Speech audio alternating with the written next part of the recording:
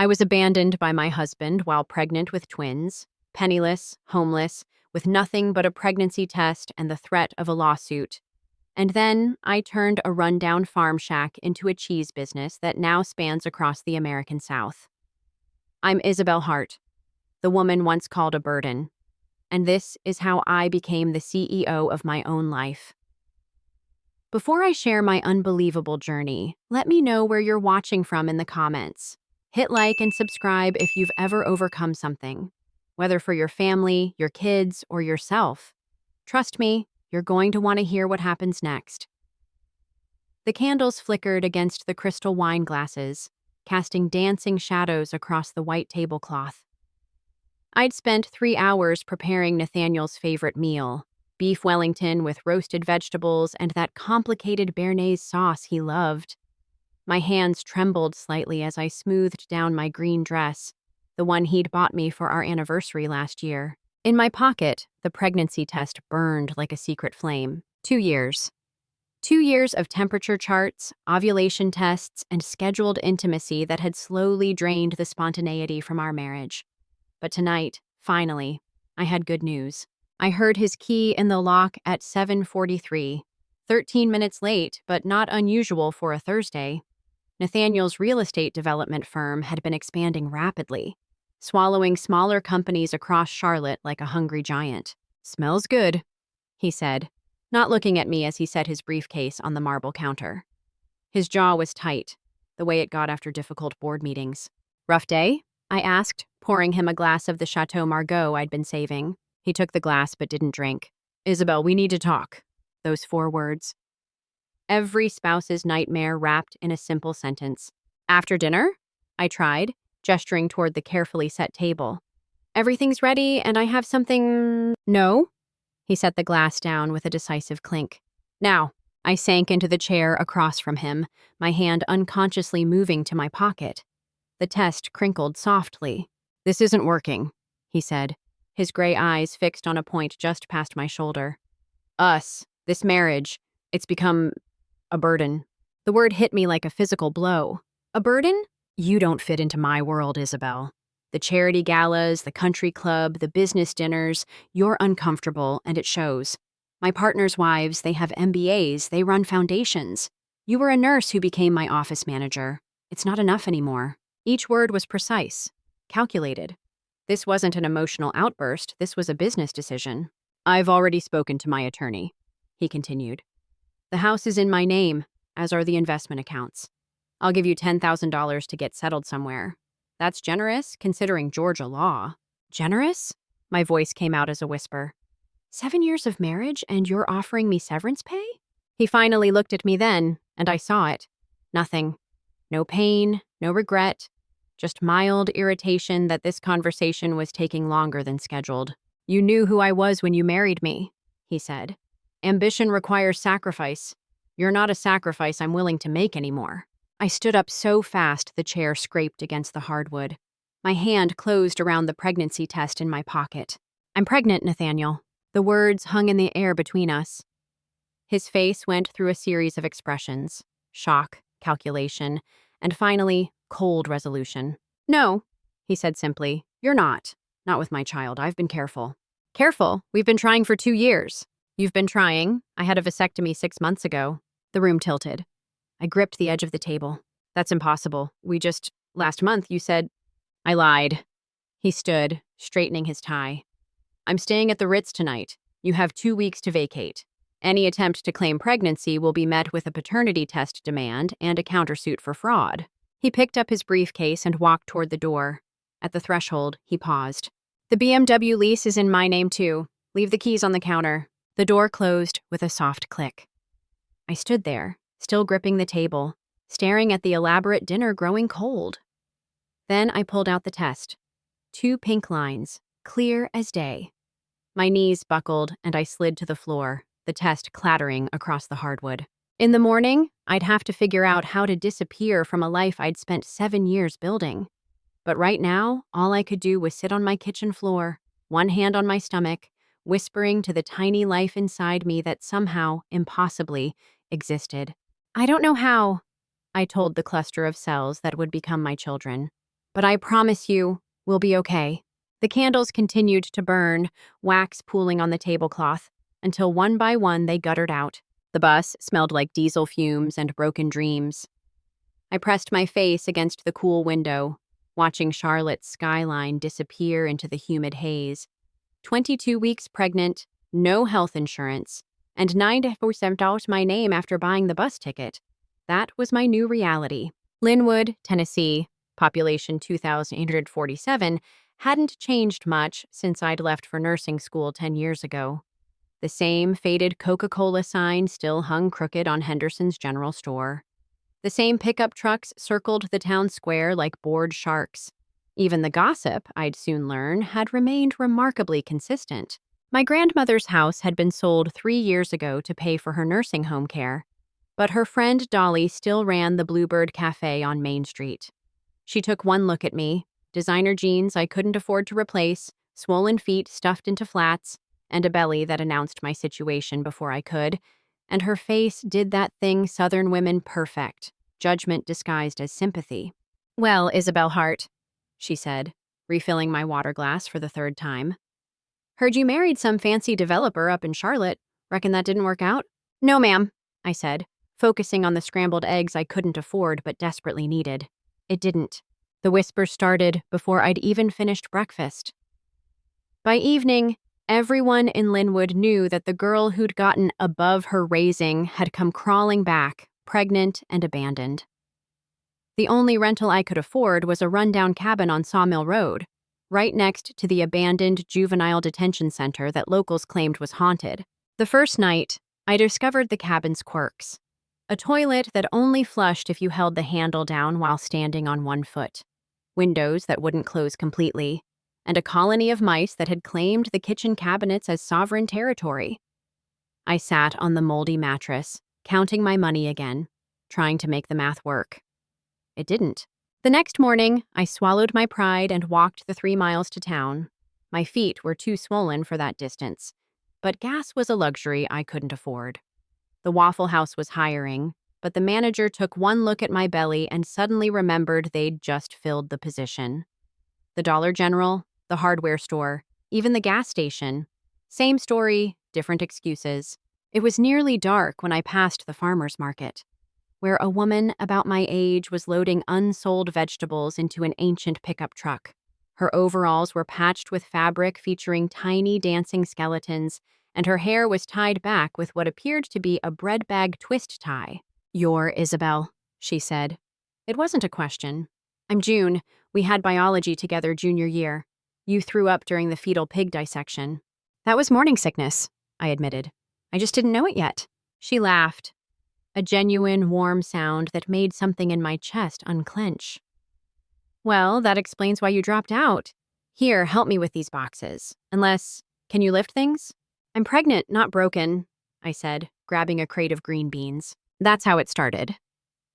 June paid me $20 to help her clean and pack vegetables, and somewhere between sorting tomatoes and discussing the proper way to store butternut squash, I found myself telling her everything. About Nathaniel, the vasectomy lie, the pregnancy that shouldn't exist. "Twins," I said, the word still foreign on my tongue. "Found out at the free clinic yesterday. Doctor said it explains why Nathaniel's procedure didn't work. Apparently, it can fail in the first year, and with twins, the hormones are doubled, so—" June whistled low. That man played himself. Cosmic justice right there. She hired me to help with her weekend farmer's market booth. Cash under the table, no questions asked. It wasn't much, but combined with cleaning houses for the church ladies who pitied me enough to overlook my scandal, I could just barely make rent. The days blurred together in a haze of exhaustion and Braxton Hicks contractions. I'd wake at 4 a.m. to help June harvest vegetables, work the market until noon, then clean houses until I couldn't stand anymore.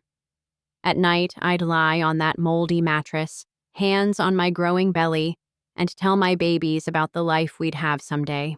"Your mom's not broken," I'd whisper. "Just bent a little. But bent, things can grow in surprising directions." The first time I felt them move independently, one on the left, one on the right, like they were already claiming their separate spaces, I cried. not from sadness, but from a fierce protectiveness I hadn't known existed.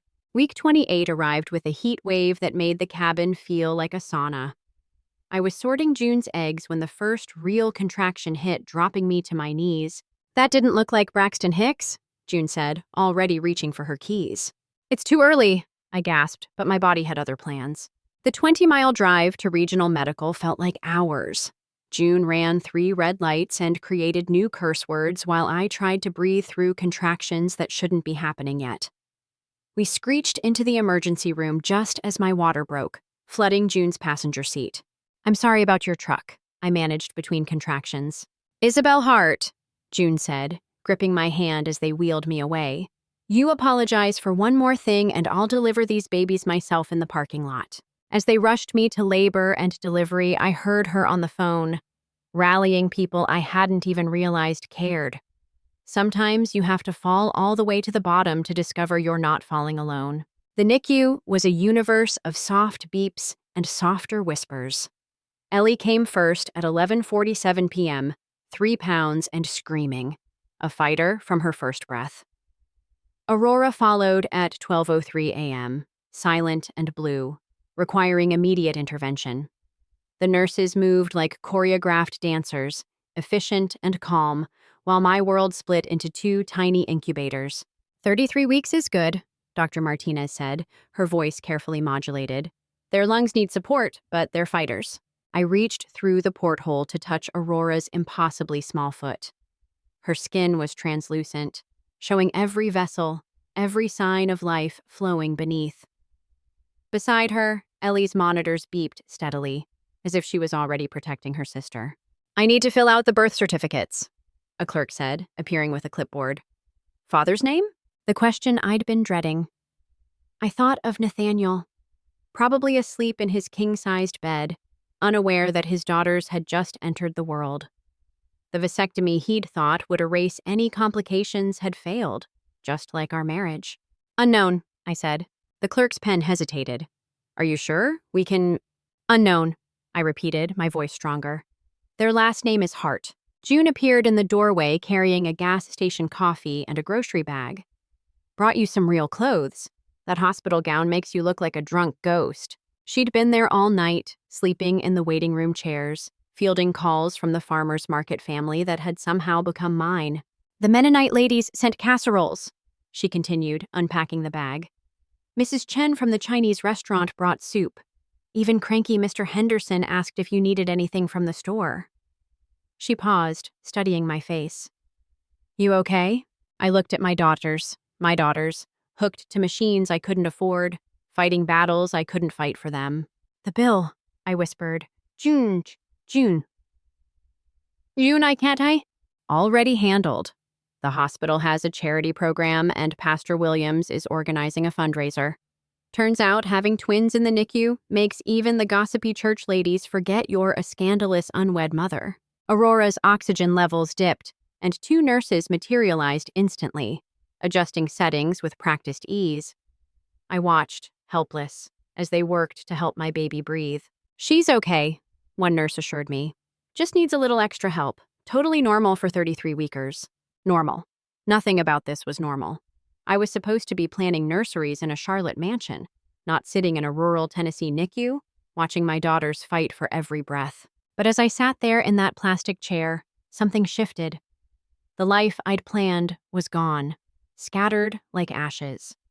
But ashes fertilize soil. They create new ground for unexpected growth. "Can I hold them?" I asked. "Let's try kangaroo care with Ellie first," the nurse suggested. "Skin-to-skin contact is beneficial for preemies." They placed Ellie on my chest, all 3 pounds of her, and the world narrowed to her heartbeat against mine. She was so light I could barely feel her weight, but her presence was enormous. Her fingers, no bigger than matchsticks, curled around my thumb. "Hi, baby girl," I whispered. "I'm your mom. I know things are scary right now, but we're going to figure it out together." Aurora stabilized enough for me to hold her the next day. Where Ellie was all movement and noise, Aurora was watchful. Her gray eyes, Nathaniel's eyes, I couldn't deny it, studying everything with serious concentration. "You got your dad's eyes," I told her softly. "But you'll get nothing else from him, I promise you that." June visited every day, bringing updates from the market and gossip from town. The story had evolved from poor, abandoned Isabel to that strong heart girl with the twins. It was a small shift, but significant. On day 10, Dr. Martinez sat down beside me with good news. They're gaining weight steadily. If they keep this up, you might have them home by Thanksgiving. Home, the moldy cabin with mice and windows that wouldn't close. I need to find a better place, I said, more to myself than her. Actually, June interjected, about that. My neighbor's moving to Florida. 3-bedroom farmhouse needs work, but it's solid. Landlord would trade rent for repairs and helping with his dairy cows. I don't know anything about cows. You didn't know anything about farming either, but you learned. Besides, cows are basically large milk-producing dogs. You'll be fine. That night, as I sat between my daughter's incubators, I made them a promise. Not the desperate promises I'd made Nathaniel. To be thinner, more sophisticated, more worthy of his world. This was different. I can't give you a perfect family, I whispered, one hand on each incubator. I can't give you a father who shows up, or grandparents who'll spoil you, or the big house I thought you'd grow up in. But I'm going to build you something better. A life where you're valued for who you are, not what you can do for someone else. A world where strong is better than perfect, and kind matters more than rich. Ellie's monitors beeped in what I chose to interpret as agreement. Aurora's oxygen levels held steady, as if she was conserving energy for bigger battles ahead. We're going to be okay, I told them, and for the first time since Nathaniel walked out, I believed it. The farmhouse was a disaster. Peeling paint, sagging porch, and a kitchen that hadn't been updated since 1973. But it had working heat, windows that closed, and no mice. Already a vast improvement. More importantly, it came with June as a neighbor and 5 dairy cows who expected attention twice a day, sick babies or not. This is Mabel, Mr. Holcomb explained, patting a black and white Holstein. She's the lead cow. Respect her and the others fall in line. Disrespect her and you'll be wearing your coffee instead of drinking it. Ellie was strapped to my chest in a carrier while Aurora slept in her car seat nearby. At 2 months old, they were finally home but still needed round-the-clock care. The feeding schedule alone, every 3 hours, sometimes taking an hour per baby, left me perpetually exhausted. You sure about this arrangement? Mr. Holcomb asked, eyeing my sleep-deprived state. We need a home, I said simply. And you need help. We'll figure it out. That became my mantra. We'll figure it out. When Aurora had a reflux episode at 3 a.m. while I was mid-milking, I figured it out, propping her car seat where I could see her while finishing Mabel. When Ellie decided she would only sleep while moving, I figured it out, wearing her while cooking, cleaning, and learning to make cheese from the excess milk. It was June who suggested the farmer's market. You're already making cheese for yourself, she pointed out, watching me strain curds. Might as well make extra to sell. I don't know the first thing about selling cheese. You didn't know the first thing about making it either until YouTube University taught you. Come on, Isabel. That assisted living center bought out my entire vegetable stock last week. People are looking for local food. My first batch of farmer's cheese sold out in an hour. Emboldened, I experimented, adding herbs from June's garden, creating a smoky variety using Mr. Holcomb's ancient smoker. The twins came with me to every market, becoming minor celebrities in their matching carriers. These your girls? Became the standard greeting, usually followed by purchasing whatever I was selling. Sympathy sales, maybe, but money was money. By spring, I'd added yogurt and what I called healing bone broth. Really just the stock I'd learned to make during my nursing days, but marketed with a story about traditional remedies. June suggested I share that story. People don't just buy products, she explained, helping me design labels on her ancient computer. They buy narratives. You're not just some girl making cheese. You're a single mother building a business from scratch. That's American dream stuff right there. So I leaned into it. The label read Heart and Soul Farm Foods, June's idea, with a simple drawing of 2 baby footprints. Cheesy? Absolutely. But it worked. The regional food blogger who discovered us was actually looking for June's heirloom tomatoes. She was a Charlotte transplant, all designer jeans and perfect highlights, reminding me painfully of Nathaniel's world. But when she tasted my lavender goat cheese, The goats were Mr. Holcomb's nephew's contribution to our growing operation. Her eyes widened. "This is extraordinary. Where did you train?" "Life," I said, bouncing Aurora on my hip while Ellie gnawed on a teething ring. "And YouTube." The blog post went live 2 weeks later. From ashes to artisan. How one mother's loss became Tennessee's gain. The orders started immediately. "We need a commercial kitchen," June announced, spreading spreadsheets across my kitchen table. "And liability insurance, and probably an LLC. I can barely afford diapers.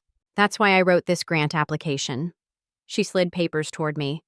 "Rural Women's Business Development Program. Due next week." I stared at the forms. "June, I don't know how to—" "Remember what you told the twins in the NICU? About building them a world? This is how you build it, one form at a time." We worked through the night, babies sleeping in their bouncers, fueled by coffee and determination. The business plan came together slowly. Projections, market analysis, growth strategies. It felt like fiction, like I was writing about someone else's life. The acceptance letter came on a Tuesday. $25,000 seed money, plus business mentorship and access to a shared commercial kitchen in Nashville. "We did it," I whispered, clutching the letter while tears streamed down my face. "Girls, we actually did it." Ellie responded by spitting up on the letter. Aurora, true to form, slept through the entire celebration. The first time I walked into that commercial kitchen, keys in hand, twins in their stroller, I thought about Nathaniel. Not with anger anymore, but with something approaching pity. He'd been so certain I was nothing without him, just a burden to be shed. But burdens, I'd learned, could become blessings if you carried them right. "This is where Mama's going to work," I told the girls, their eyes wide as they took in the gleaming equipment. "This is where we build our future." The text came that night, the first communication from Nathaniel since the divorce papers were signed. "Heard about your little cheese business. Don't embarrass yourself. You were never meant for entrepreneurship." I looked at my daughters, asleep in their cribs, then at the business cards June had designed. Isabel Hart, founder and CEO, Heart and Soul Farm Foods. I deleted his message without responding. Some seeds were too toxic to let take root. The invitation arrived on a Thursday. Heavy cream cardstock that probably cost more than my weekly grocery budget. My name was written in elaborate calligraphy, and even before I opened it, I knew. "Mr. Nathaniel Vaughn and Ms. Priscilla Beaumont request the honor of your presence at their wedding celebration." Inside, a handwritten note in Nathaniel's precise script. "I hope you'll attend to see what proper choices look like. Consider it a learning opportunity." June found me sitting on the porch steps, invitation in one hand, glass of Mr. Holcomb's blackberry wine in the other. The twins, now 3 years old, were chasing chickens in the yard, their laughter cutting through my fog. "He actually invited you to his wedding?" June snatched the invitation, reading it twice. "The audacity of this man knows no bounds." "Priscilla Beaumont," I said, the name bitter on my tongue. Heiress to Beaumont Cosmetics. Everything I wasn't. Connected, sophisticated, worthy of his world. "You're not actually considering going?" I watched Ellie trip, bounce back up, and resume her chicken pursuit without missing a beat. Aurora hung back, studying the chicken's movement patterns before making her move. "My fighters and my strategist. He made sure the girls have never met him," I said quietly. "Signed away his rights without even asking their names. But someday, they'll ask about their father. And I want to be able to tell them that I faced him one last time, that their mother wasn't a coward." "That's the dumbest thing you've ever said," June replied. "And I've heard you try to convince me that cottage cheese is a valid ice cream substitute. But the seed was planted. Heart and Soul had just landed a contract with Whole Foods. My bank account, while not impressive, was no longer terrifying. And somewhere in the back of my closet hung a single designer dress from my old life. Forest green silk that I'd never had occasion to wear. "If you're doing this," June said after a long pause, "you're not going alone. And you're sure as hell not going looking like some country mouse he can pity." The plan formed over the next 2 weeks. June's cousin owned a vintage Cadillac he rented for special occasions. Another friend, a hairstylist in Nashville, owed June a favor. The dress, miraculously, still fit, though it hung differently on my body that had built a business and carried twins. Mama, you look like a princess, Aurora breathed the morning of the wedding. Princess Mama, Ellie agreed, spinning in her own dress, a miniature version June had sewn from leftover silk. The 3-hour drive to Asheville passed in a blur of Disney songs and gas station snacks. The resort was exactly what I'd expected. Sprawling, ostentatious, crawling with old money and new attitudes. I recognized several of Nathaniel's business associates, watched their eyes widen as I stepped out of the Cadillac. The twins flanked me like tiny bodyguards, Ellie chattering about the castle, while Aurora quietly absorbed everything. We swept past the registration table, my name was on the list after all, and into a world I'd once desperately wanted to join. The ceremony space was perfect, of course. Thousands of white roses, crystal everything, a string quartet playing something tastefully classical. I chose seats in the middle, visible but not prominent, and waited. Nathaniel entered first, and for a moment my breath caught. He looked exactly the same.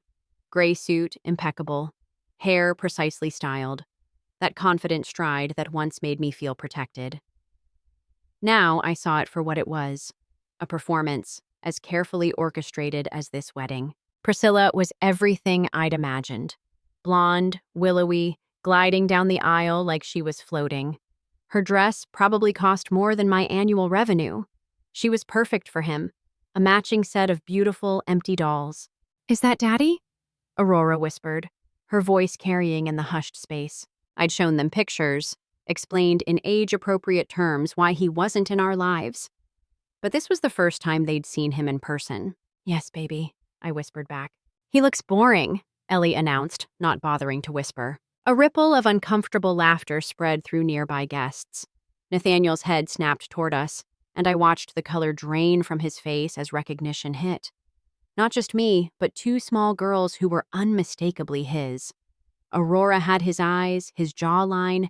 Ellie had his nose, his hair color. The ceremony continued, but the energy had shifted. Whispers spread like wildfire. Priscilla kept glancing our way, her perfect smile beginning to crack. When the officiant asked if anyone objected, the silence was deafening. "Mama," Ellie said, standing on her chair for a better view. "Why is that lady wearing such a big dress? Is she hiding something?" This time, the laughter was genuine.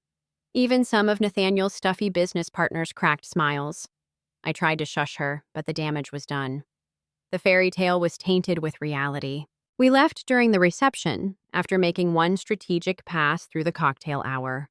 Long enough for everyone to see us, to notice the girl's obvious resemblance to the groom, to observe that I wasn't the desperate ex-wife they'd probably been told to expect. "Mrs. Hart?" A woman touched my elbow as we headed for the door. I recognized her. Senator Williams, one of Nathaniel's major investors. "I don't believe we've met properly. These must be your daughters." "Yes, ma'am. Ellie and Aurora." She studied them with sharp eyes, then looked back at me. "My granddaughter has special dietary needs. I've been following your company, Heart and Soul. I'd love to discuss a potential partnership for our charity foundation." I handed her my business card, the new ones with raised lettering and everything, and made my escape. In the parking lot, I buckled the girls into their car seats, my hands only shaking slightly. "Did we do good, Mama?" Aurora asked. "You did perfect, baby, both of you." As we drove away, I glimpsed the reception through floor-to-ceiling windows. Nathaniel stood rigid beside his new wife, but his eyes were on the parking lot, watching us leave. For the first time in 4 years, I saw him see me. Not as a burden or embarrassment, but as what I'd become. "Can we get ice cream?" Ellie asked. "Yes," I laughed, surprising myself with how free it sounded. "We can definitely get ice cream." The video went viral before we even made it back to Tennessee. "Local food entrepreneur crashes ex-husband's society wedding," read the headline on the Nashville Scene's social media. Someone had filmed Ellie's commentary about the dress, capturing Nathaniel's expression in high definition. The internet, as always, had opinions. My phone buzzed incessantly as June drove me home from the farmer's market the next week. "You're trending on Twitter," she said, trying not to laugh. #weddingcrashmom, #savage-toddler. "Oh, this one's good. #from burden to boss." "Please stop," I groaned, sliding lower in my seat. "Can't. This is the best thing that's happened since you accidentally sold cheese to Martha Stewart's assistant. Speaking of which, she held up her phone. Email from Beaumont Cosmetics' legal team. Subject line, urgent. My stomach dropped. They're suing me? Let's find out. June pulled over and we read it together. It wasn't a lawsuit. It was a request for a meeting. Priscilla Beaumont herself wanted to discuss a potential business arrangement. The meeting was scheduled for the following Tuesday at a neutral location, a boutique hotel in Nashville.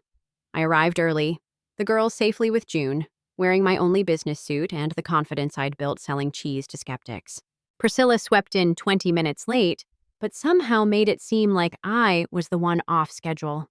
Up close, without wedding makeup and fairy tale lighting, she looked tired. Human, even. "I'll be direct," she said, settling into her chair like a queen granting an audience. "The wedding was a disaster. Not because of you, though your timing was unfortunate. Because I discovered my new husband has been lying since day one." I said nothing, having learned that silence often prompted more information than questions. He told me his first marriage ended because his wife cheated, said he couldn't have children because of a medical condition.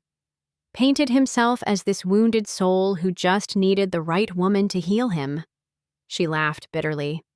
Imagine my surprise when two little girls who look exactly like him show up at our wedding.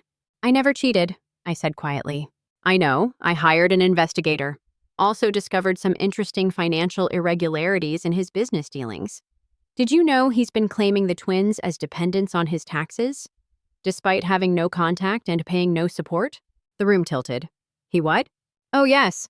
Also learned about the $10,000 he supposedly gave you. Never happened, did it? He reported it as alimony paid." "I need to call my lawyer." "No need. I've already handled it." She slid a folder across the table. "Consider it my wedding gift to you. Full documentation of his fraud, already filed with the IRS. He'll owe back taxes, penalties, and interest. Should come to about..." I opened the folder and nearly choked. $300,000? Give or take. There's more. Several of his investors were at the wedding. They saw the girls, did the math, and realized if he'd lie about something so fundamental. She shrugged elegantly. "Trust is everything in business. Why are you telling me this?" For the first time, her perfect composure cracked. "Because I was almost you. Another year or two and I'd have been discarded just as easily. Men like Nathaniel don't have wives. They have accessories, and accessories are replaceable." She stood, gathering her designer bag. "The investigator's report is yours to do with as you please. I've already filed for annulment. Fraud is wonderfully clear grounds. Oh, and Isabel? Your cheese really is extraordinary. I've placed an order for 200 gift baskets for our corporate clients. My assistant will send the details." She left in a cloud of expensive perfume, and I sat there, staring at the folder. Evidence of years of lies, financial manipulation, and casual cruelty, all documented in black and white. My phone rang. "June, you need to get home, now. There's a news van in your driveway." The story broke that evening. Prominent developers' double life exposed. Nathaniel's investors pulled out. The church where he served on the board quietly requested his resignation. The country club revoked his membership pending review of moral character. I refused all interview requests, focusing instead on keeping the girls' routine normal. But normal was relative when their father's face was on the evening news, labeled as disgraced Charlotte developer. "Is Daddy in trouble?" Aurora asked one evening, looking up from her coloring book. "Yes, baby. He made some bad choices. Like when I took Ellie's cookie without asking? Similar, but bigger." She considered this. "Will he say sorry?" I smoothed her dark hair, Nathaniel's hair. "I don't know. Sometimes grown-ups have trouble saying sorry." "That's silly," Ellie chimed in. "Sorry fixes things. Ms. June taught us that." If only it were that simple. The final blow came 2 weeks later. Nathaniel's company filed for bankruptcy. The house I'd once shared with him went into foreclosure.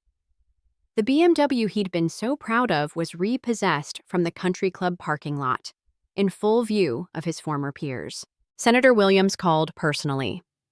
"I wanted you to know that our foundation has approved Heart and Soul as an official vendor. We'll be ordering from you monthly for our nutrition programs."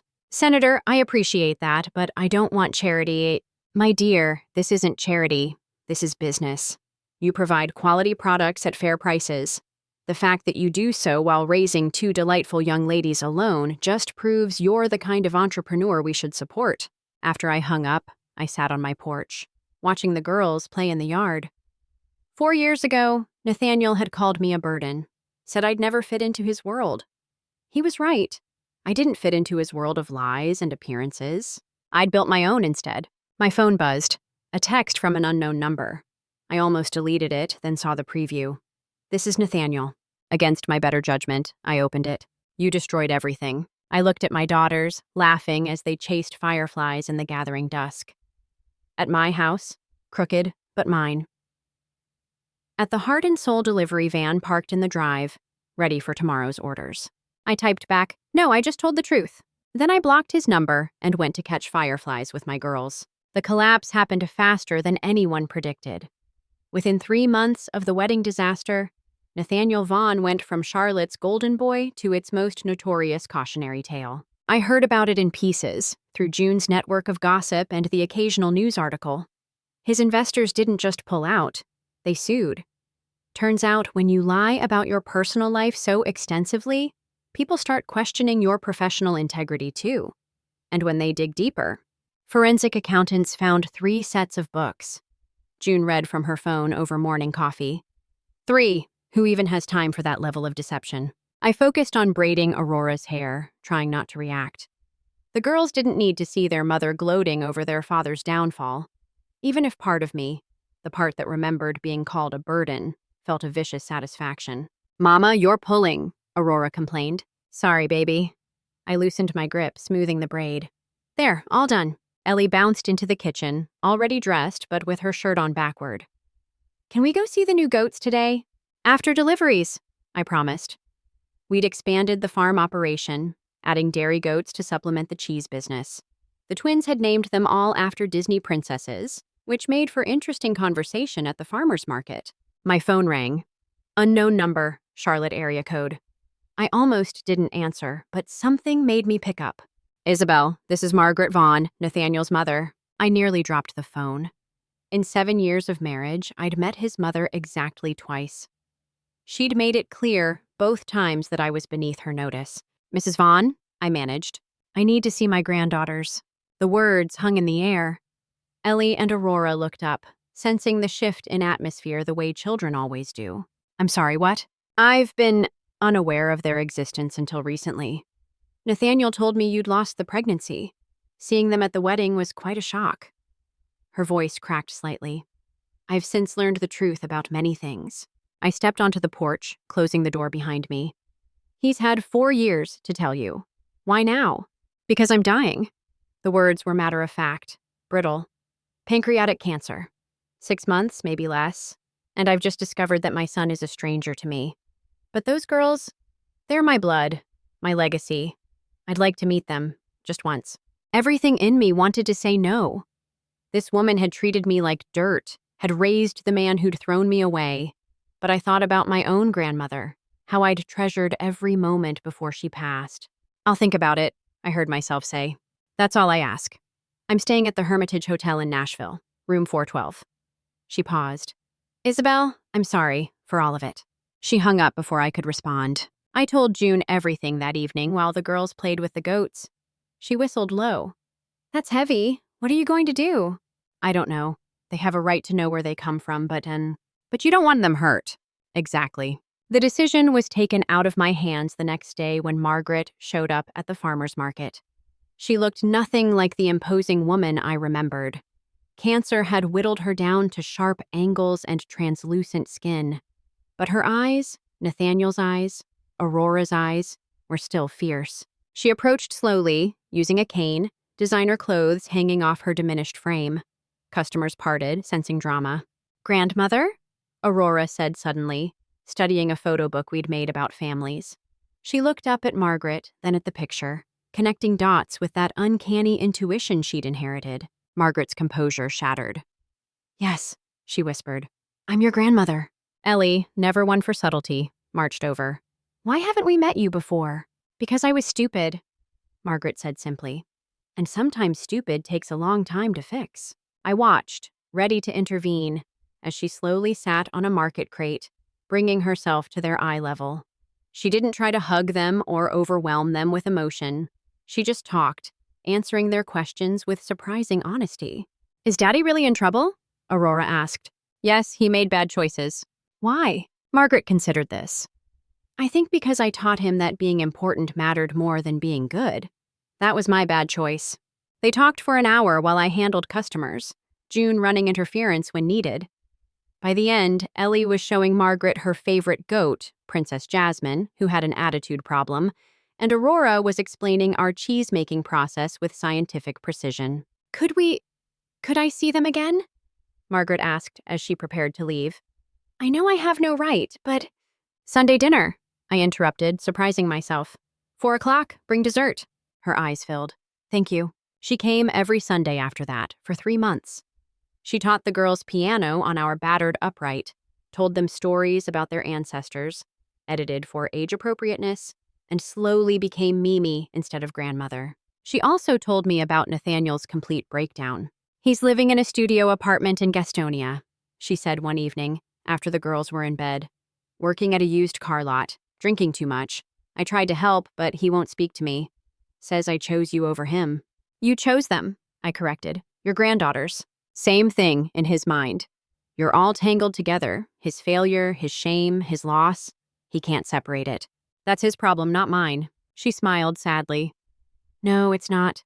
You've built something beautiful here, Isabel. Something real. He's left with nothing but the smoke from all his bridges burning." Margaret died on a Tuesday morning in December. She'd arranged everything: the funeral, the will, the trusts for the girls' education. She left Nathaniel the family home, but everything else went to Ellie and Aurora. The last thing she said to me was, "Raise them to be better." At the funeral, I saw Nathaniel for the last time. He looked hollow, diminished, a ghost of the man who'd once called me a burden. He didn't approach us, didn't acknowledge his daughters, just stood at the graveside like a stranger. As we left, Aurora tugged my hand.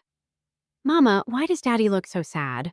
"Because he forgot that family matters more than anything else." "That's silly," Ellie declared. "Everyone knows that, from the mouths of babes." That night, I tucked them in and told them stories about their Mimi, about how people can change if they choose to, about how love sometimes comes from unexpected places. They fell asleep holding hands across the gap between their beds, and I thought about Margaret's last gift, not the money, but the reminder that redemption is possible, even if it comes too late. 2 years later, I stood in the Whole Foods regional office watching my products get stocked on the shelves. Heart and Soul Farm Foods had evolved from a desperate survival plan into a multi-state operation. The logo, those 2 tiny footprints, now appeared on products from Virginia to Mississippi. The lavender goat cheese is our top seller in the artisanal category, the regional buyer, Marcus, told me. "We're ready to expand to all locations if you can handle the volume." "We can," I assured him, thinking of the new facility we'd just broken ground on, funded by Margaret's trust and 3 years of reinvested profits. "My team is ready." My team. The word still felt surreal. 12 employees, including June as COO, fancy title for the same job I've always done, she'd laughed. The Mennonite ladies handled most of the baking. Mrs. Chen's daughter ran our social media. Even cranky Mr. Henderson had joined us, turning out to be a genius at logistics. "Mama, we're going to be late," Ellie called from the car, where June was watching them. "Duty calls," I smiled at Marcus.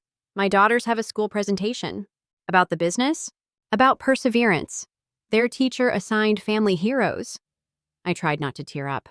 They chose me. The drive to school was filled with last-minute practice. Aurora had charts and graphs showing our growth trajectory. Ellie had drawn pictures of the farm, the goats, and what she called Mama's thinking face. "Remember?" I coached. "Speak clearly, make eye contact. We know, Mama," Aurora interrupted. "We've been watching you do presentations our whole lives." True enough.